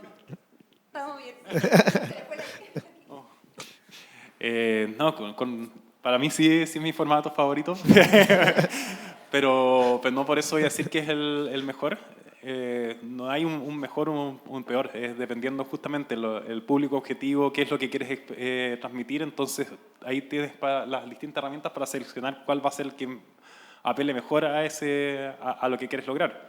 Como decía un profesor, si tú solo conoces el martillo vas a ver todos los problemas con cara de clavo. En cambio, si ya conoces el desatornillador, el alicate, todas las otras herramientas, vas a poder ver cuál es el más adecuado para resolver el problema. Por ejemplo, las webseries o las películas, series o demás son formatos más fácil de digerir y es rápido de visualizar, y hasta los profesores también lo ven al tiro de una sola vez. Al cambio, la gracia un poco de los videojuegos es que inmersa al jugador, ya se siente parte dentro de lo que es y toma ciertas decisiones. Entonces la experiencia va un poco enfocada en eso, en posicionarlo dentro de este mundo y que él tome las decisiones y empieza a desarrollar, yo logré esto. Entonces es un poco ese tipo de herramienta la que logran los videojuegos en sí. Como última pregunta, para ir cerrando y dar espacio a las preguntas del público, si es que hay alguna. Ya mencionamos lo de las diferencias de público, pero si ya decidimos desarrollar un videojuego para difundir o divulgar un contenido, ¿qué consideraciones debo tener? Que algunos también ya lo adelantaron en sus presentaciones, pero como qué cosas tengo que pensar, además del presupuesto y los tiempos y los equipos. ¿Por qué elegir una plataforma u otra? ¿Por qué escoger como una gráfica u otra, si es 3D o es 2D? Como pensando en que efectivamente, si yo voy a decidir divulgar un contenido a través de un videojuego, ¿en qué tengo que fijarme para que esa estrategia finalmente de transferencia sea exitosa? Sí, yo quiero enfocarme en una sola cosa que yo creo que es súper relevante, es el tema de la distribución, que ya Manuel también algo adelantó. Entonces yo creo que ya está bien enfocarnos en el videojuego, pero justamente lo que tú decías, como ya tengo el videojuego y ahora qué. Entonces yo creo que sí o sí ese desarrollo y ese diseño del videojuego tiene que ir acompañado con este material extra quizás, que quizás, claro, significa generar quizás otros productos, pero quizás van a ser necesarios para poder mantener en el tiempo el videojuego, sobre todo si va a ser un videojuego educativo, material complementario, guías educativas, y no solo eso, sino que también planificarnos de visitar escuelas, visitar los DAEM, hacer actividades masivas. Nosotros ahora estamos organizando ya encuentros con docentes, donde vamos a presentarles el videojuego, vamos a presentarles todas nuestras actividades para que estén a disposición del mundo educativo y sepan cómo utilizarlo y que existe.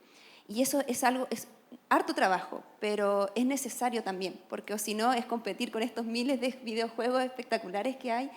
Entonces no podemos simplemente desarrollarlo y dejarlo y después no hacer nada para mantenerlo. Yo creo que eso es lo primero. Bueno, con respecto a las decisiones de cuál plataforma y demás, primero que todo, presupuesto. Sí, uno con presupuesto infinito puede hacer lo que sea, pero ya teniendo un poco más claro el presupuesto y viendo qué es lo que quiere atacar, cuál es el objetivo en particular con este juego, ves uno, el público objetivo, que es lo que más he recalcado, pero también está el tipo de aprendizaje que quieres generar. Por ejemplo, si necesitas enseñar, no sé, pues algún organismo que necesitas que se vea todo su entorno, no te sirve ponerlo en 2D, te sirve más ponerlo en 3D para poder observarlo por los distintos ángulos y que tengas una cámara en que te permita recorrerlo y visualizarlo de esa manera.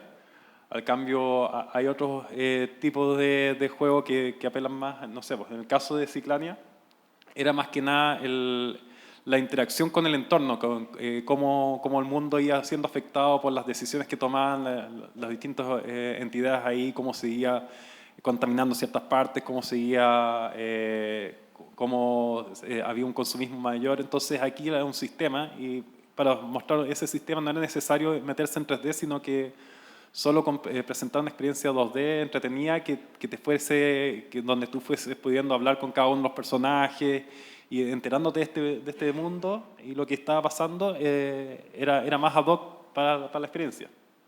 Y me imagino que también ahí está el tema de qué plataforma usar también, como que se relaciona de nuevo con el público objetivo, porque si quiero que mi videojuego llegue a comunidades, por ejemplo, rurales, donde probablemente hay mal acceso a Internet, el videojuego debe estar autocontenido, por lo tanto que no requiera de conexión para su avance o su funcionamiento. Y por otro lado están también los dispositivos y sus actualizaciones, como en qué tiempo mi videojuego va a dejar de ser útil o va a poder funcionar. De hecho, ahí también hay un punto súper importante que es justamente el acceso. Una de las razones por las que Ciclania era para web y PC era para que justamente estuviera disponible para todos los niños en distintos colegios, que no tuvieran que tener un computador súper potente para poder correr esas gráficas maravillosas, sino que tenía que ser más simple en ese sentido. No era dependiente de un dispositivo, un celular específico, sino que cualquier computador de colegio podía correr el juego. Bueno, y antes de pasar a las preguntas, no sé si tienen alguna reflexión final. Bueno, al aspecto de diseño quizás nos habló un poquito. Bueno, como por lo general siempre son proyectos concursables los que he trabajado, entonces los revisores eran muy estrictos en el sentido de cómo uno generaba la narración de todo esto, la historia, los diseños, ¿ya? Tienen ciertos parámetros, entonces de alguna manera uno no podía tirarse a un lado muy oscuro, te podía ser muy gráfico en algunos aspectos. Entonces, un buen referente para nosotros en el momento de desarrollo era Nintendo. Nintendo, súper familiar, ya, colorido y llamativo y muy aceptado por la mayoría. Era como eso. Este último que desarrollamos lo hicimos un poquito más oscuro, que era un poquito más, que era el Misión Falucho, pero porque queríamos intentar mostrar como este estilo desgastado y antiguo. ¿Ya? Y probar también el formato 2D, y por lo general siempre trabajamos el área 3D. Eso. Reflexión final. Bueno, yo creo que, bueno, a quienes tengan interés a los centros, que en realidad, bueno, que se atrevan a hacer lo bueno, y siguiendo un poco lo que decía también Manuel, el tema de los recursos, que igual es importante saber cómo poder financiar, por ejemplo, un videojuego. Y, bueno, hoy en día está, ¿no es cierto?, Ciencia Pública, antes está Explora, que quizás, claro, son recursos limitados, pero se puede. Y lo otro también es formar un equipo, digamos, que tenga un equipo multidisciplinario, quizás tenga distintas profesionales, ¿no es cierto? Y también lo importante es como que las personas con las que uno trabaje se motiven y realmente tengan como esa pasión, quizás no solamente por los videojuegos, sino que también como que se enganchen con el tema que uno está tratando finalmente de divulgar a través de este videojuego. En ese sentido, por lo menos para nosotros hemos tenido esa suerte de trabajar con personas que están dentro del instituto también, entonces son parte del proceso, han estado ahí a lo largo de todos los años viendo como las investigaciones, las exploraciones. Entonces, claro, se entiende que de repente a veces dentro de los centros quizás no están las personas que puedan tener estos conocimientos, pero ahí saber dónde buscar también, quizás a quiénes acercarse, ¿cierto?, a inspirarlos, a motivarlos, como de sumarlos a estos proyectos, porque siento que cuando hay pasión, ¿no es cierto?, cuando nos gusta lo que estamos haciendo, el contenido que queremos comunicar, ¿no es cierto?, enseñar, siento que las cosas resultan también de forma y fluyen mejor los proyectos. Así que eso creo que los animo a atreverse también, a explorar nuevos formatos. Buenísimo. Yo también, mi mensaje final sería un poco relacionado con lo que hablaba Bárbara en torno a lo del círculo mágico. por ejemplo, cuando nosotros trabajamos con una licencia, como en el caso de G.I. Joe, nosotros nos metemos en la licencia, aprendemos mucho de ello, de todo lo que las historias que están detrás y después confeccionamos el juego en torno a ello. Y resulta bien, por ejemplo, en G.I. Joe en particular, los fans quedaron muy fascinados con la historia que hicimos, fue muy ad hoc. Y cuando estamos trabajando en un juego educativo hacemos lo mismo, hacemos todo ese trabajo. Ustedes obviamente tienen que transmitirnos toda la información que quieren y si después cometemos algún error en eso, nos tienen que hacer ver ello. Pero la parte de cómo se va a jugar el juego, confiar en que vamos a hacer una buena experiencia, en que vamos a transmitir esa información de alguna manera, no como dice, por poner un mensaje de texto o preguntarle cuánto es 2 más 2 para poder saltar, eso es contraproducente con el mismo juego. Entonces, nosotros por algo desarrollamos la experiencia de cierta manera, que es justamente para que el niño aprenda eso, pero sin que se dé cuenta que lo está aprendiendo. Por ejemplo, uno ve, no sé, por las cartas Pokémon, los niños se saben todo lo que hace cada una de las cartas y son personajes muy raros, entonces son capaces de aprender a absorber mucha información, pero dependiendo de cómo uno se las presente. Muchas gracias. No sé si hay preguntas o... ¿Sí?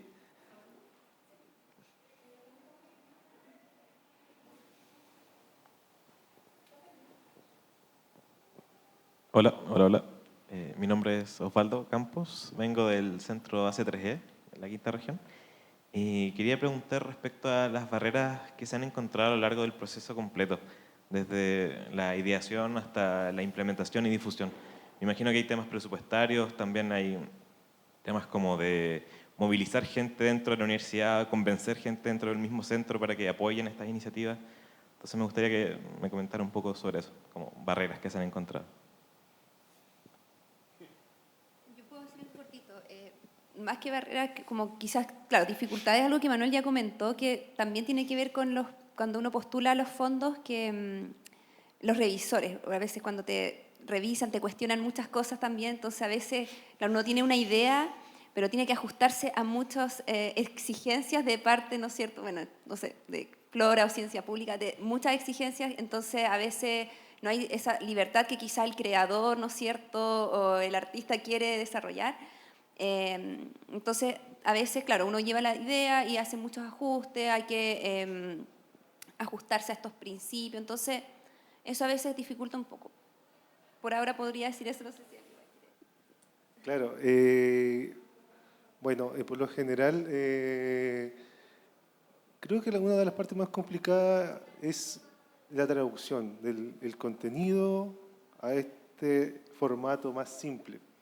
Ya, porque muchas veces la forma en que se explica, cuando uno cambia un poco unas palabras, el sentido que le da el científico, ya sea su investigación, siente que no es lo que él quiere explicar. Y eso pasaba mucho en algunos proyectos, creo que no había ninguno aquí en específico, pero pasaba en otros proyectos que desarrollábamos en que era muy complejo. Le costaba sacar cosas, le costaba simplificar en esta situación. Entonces nos ponía como entre la espada y la pared porque no podíamos desarrollar. Sabíamos que lo que íbamos a desarrollar no iba a quedar bien, no iba a quedar atractivo. Entonces no quiero decirlo, pero esa especie de muñequeo que se genera entre el mundo científico y la parte como que el diseño y desarrollo es complejo en ocasiones. Cuando ya el asesor ya tiene experiencia en divulgación, se hace un poco más fácil. Ya comprende que no puede explicar el lujo de detalles todo. Pero el que ya tiene experiencia, la idea es que entienda nociones. Este es el camino que va a abrir la curiosidad, va a iniciar la curiosidad y yo voy a querer investigar más. ¿Ya? Es como eso, yo creo que es como las partes más complicadas al inicio y todo lo otro ya es burocracia. Pero burocracia lo vas a encontrar en todos los proyectos, pero en este caso, que es como la relación, para mí esta era como la compleja. Nosotros no tuvimos ese problema. Gracias. Afortunadamente, en mi caso no. Sí, justamente también, como dice, por mucho que uno quiera poner todo, no se va a poder poner todo en el juego.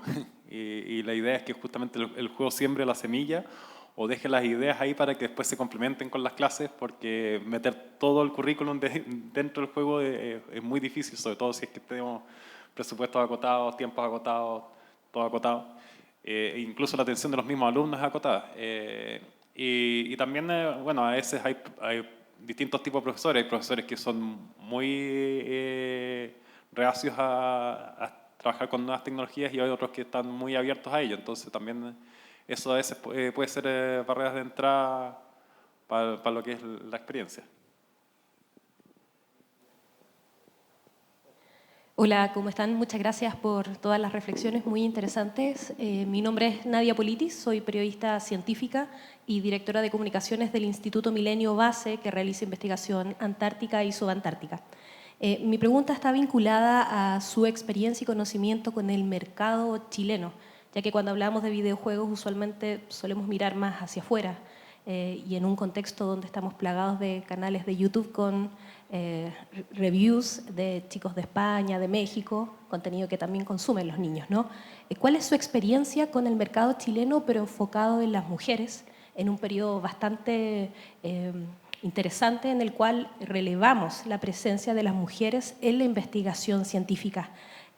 Si las niñas les estamos pidiendo que miren a nuestras científicas, ¿podríamos capturarlas para que se interesaran en jugar videojuegos? ¿Las niñas chilenas juegan videojuegos? Creo que puedo responder esto. Bueno, primero que todo, creo que respondiendo también por Bárbara y Manuel, los juegos que hemos desarrollado educativos han sido justamente para el mercado chileno. No sé si ustedes han desarrollado para... Los otros juegos los hemos desarrollado para afuera, pero los educativos principalmente han sido para el mercado chileno. Y con respecto al tema de las niñas, ya eso también nace un poco del cómo está cambiando la sociedad, de que no, las niñas solo hacen este tipo, juegan con muñecas nomás, los niños solo con esto. Eso también ha cambiado el hecho de que ya niños y niñas juegan videojuegos, ya no hay una diferencia ¿cómo se llama?, de género en ese sentido. Y, por ejemplo, en nuestro juego Ciclania, uno de los personajes importantes era una científica, lo que hicimos también resaltar ahí. Estaban los tres personajes principales, que eran dos niños y una niña. Cada uno tenía sus características en particulares y ellos trabajaban en conjunto con la científica, que era como cool y que tenía toda la información. Entonces igual como que era también un modelo a seguir esta científica en particular. Entonces también pusimos su granito de arena en eso.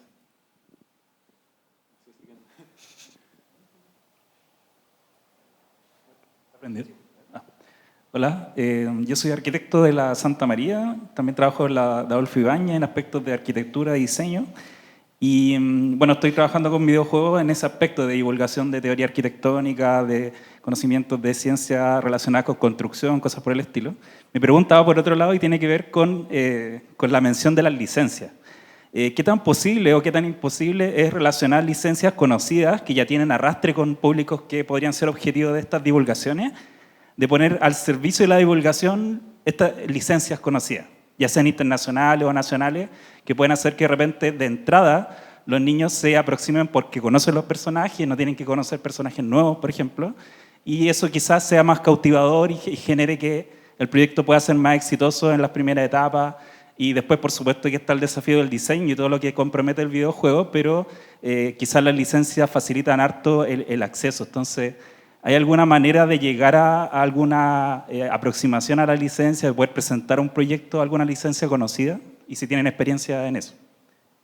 Licencias así internacionales, como, no sé, como la IAO de Mace, lo encuentro un poco más difícil, porque ellos también están buscando tener alguna ganancia de cierta manera.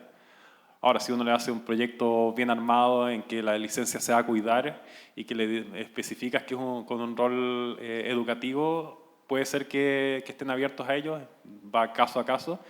Y acá en Chile igual yo creo que es más fácil encontrar licencias conocidas de Chile que estén más dispuestas a hacer ese tipo de cosas por la cercanía y por lo que se quiere lograr. No sé si tienen...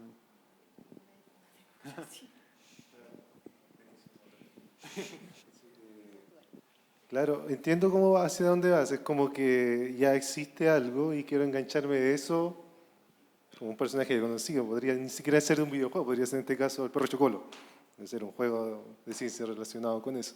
Ahí desconozco cómo sería. Lo más probable es que tengas que pagar para poder ocuparlo. Pero eso, pues, igual podría ayudarte en cierto sentido, pero igual hay que recordar siempre que los proyectos de divulgación son cortos en presupuesto.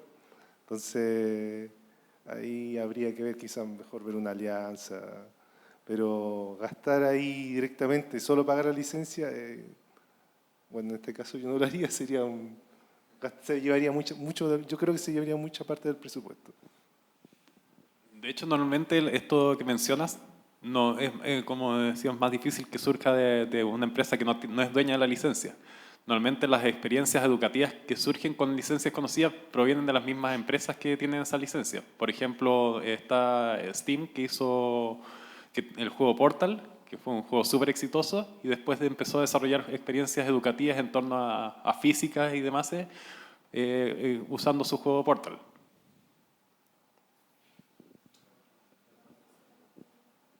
Lo mismo Minecraft.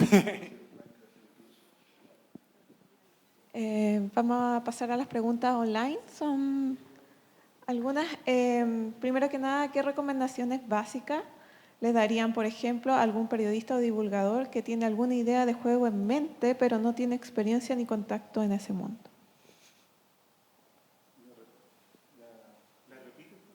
¿No se escucha? No.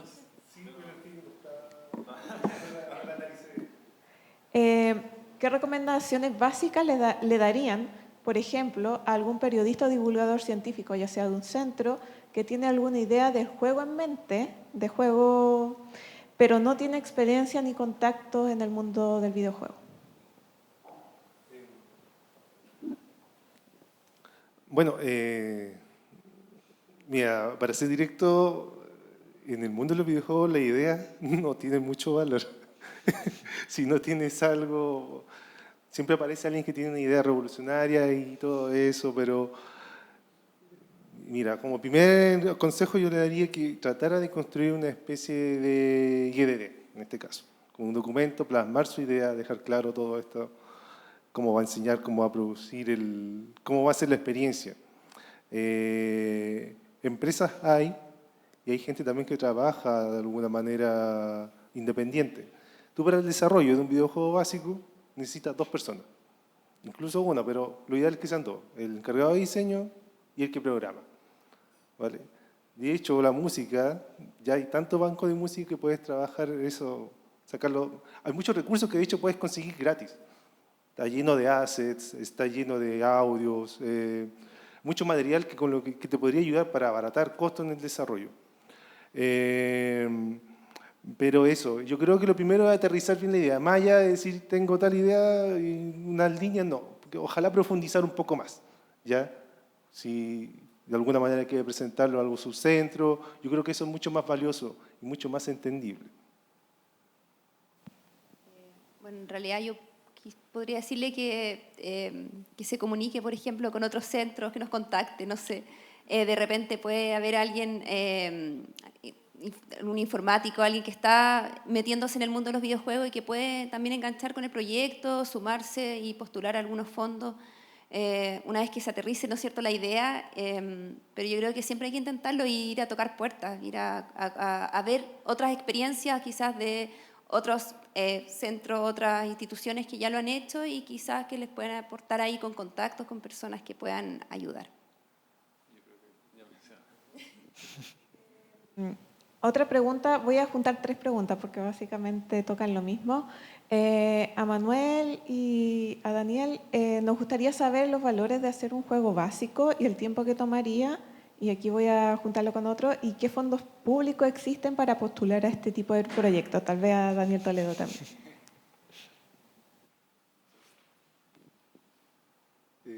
Ya empiezo. Es que mira, bueno, los presupuestos que se manejan, como digo, en mi experiencia, tú podrías desarrollar un videojuego muy simple en 2 meses. Creo que ese es como el mínimo, así sin bugs, ¿cachai? Una buena experiencia, que lo revisen. Y eso va a tener un costo, como mencionó un poquito Daniel.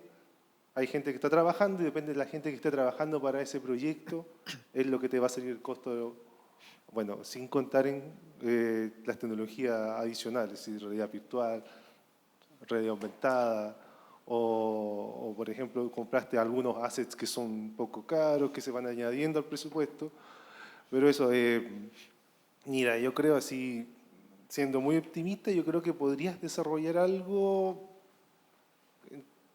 muy básico como con 5 o 6 millones. Yo creo que sí, es lograble, ¿vale? Obviamente con algunas facilidades, como dije. Hay unas cosas que ojalá uno las trabaje gratis, en el sentido, las descargues de la web, todos estos bancos que te facilitan estos props, audio y ese tipo de cosas. Sí, bueno, como dice Manuel, el mínimo yo creo que también son 2 meses de desarrollo, y de ahí es ver qué tan complejo es el juego. Si, como vieron, la cantidad de gente que puede estar involucrada en un juego más complejo, la idea sería hacer un juego súper simple, que tenga, no sé, un programador, un artista y un game designer, o incluso que alguna de esas personas pueda cumplir 2 roles a la vez, mejor aún.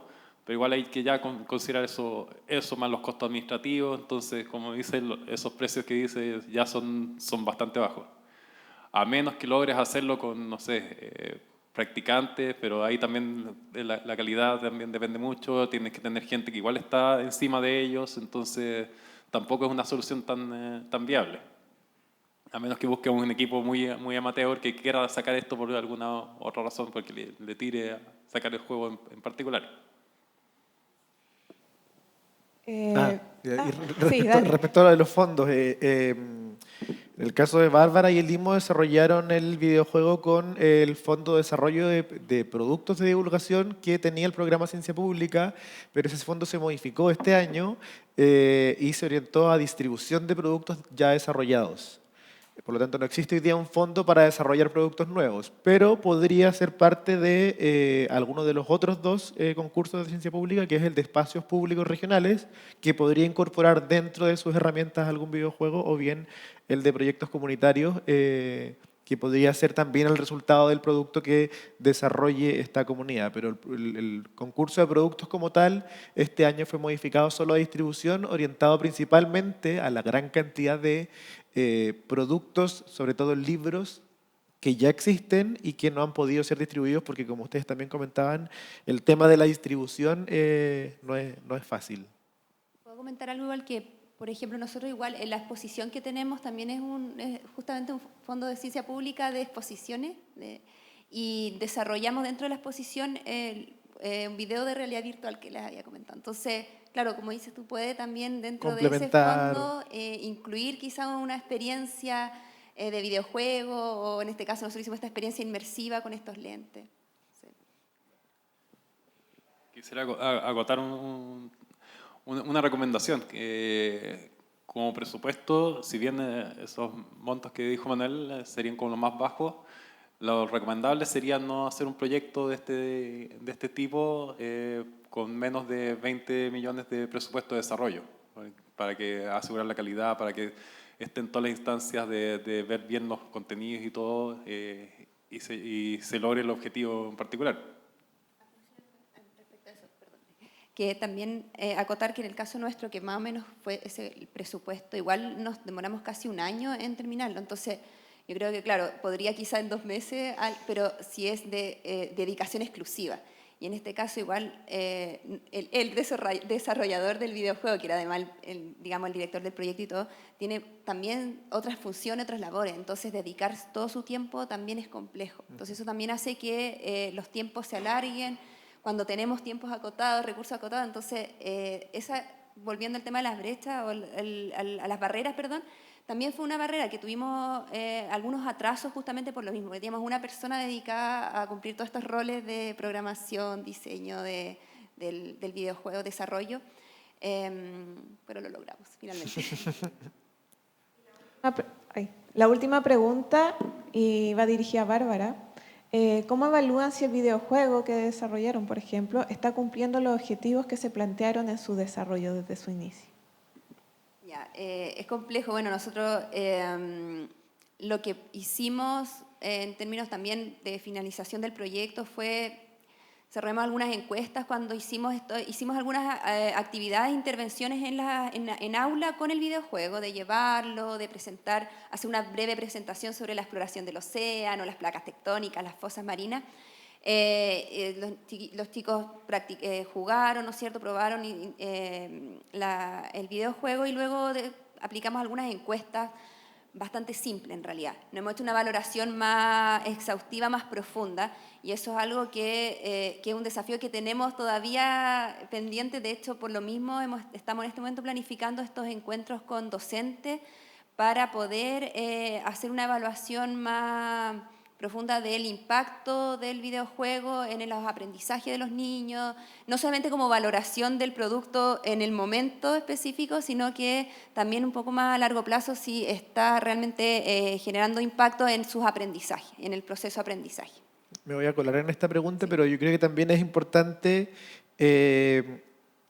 las pruebas previas, como la usabilidad del videojuego, como los testeos antes del desarrollo final, que también te permiten ir controlando como la jugabilidad o lo divertido que puede ser, pero también si los contenidos se están incorporando de la forma correcta, si van a ser bien recibidos. Sí, bueno, también son parte de las pruebas y de las cosas que te exige también el proyecto. O sea, también tuvimos que hacer estos testeos, siempre se hacen estos testeos previos de jugabilidad, de si cosas tan simples realmente como las imágenes, los dibujos, las gráficas, si son cautivantes para los chicos y todo. Eso también se tuvo que hacer durante el proceso previo de desarrollo. ¿No hay más preguntas? ¿No?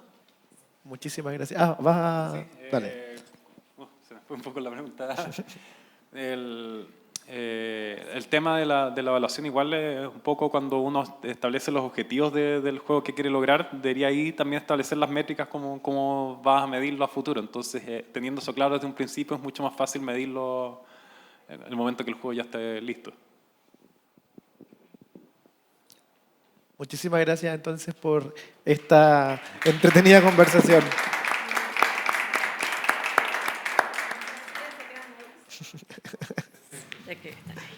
Bueno, muchísimas gracias a nuestros exponentes del día de hoy por contarnos su experiencia en el desarrollo de juegos como herramienta de divulgación científica, y a todos y todas quienes participaron de esta actividad.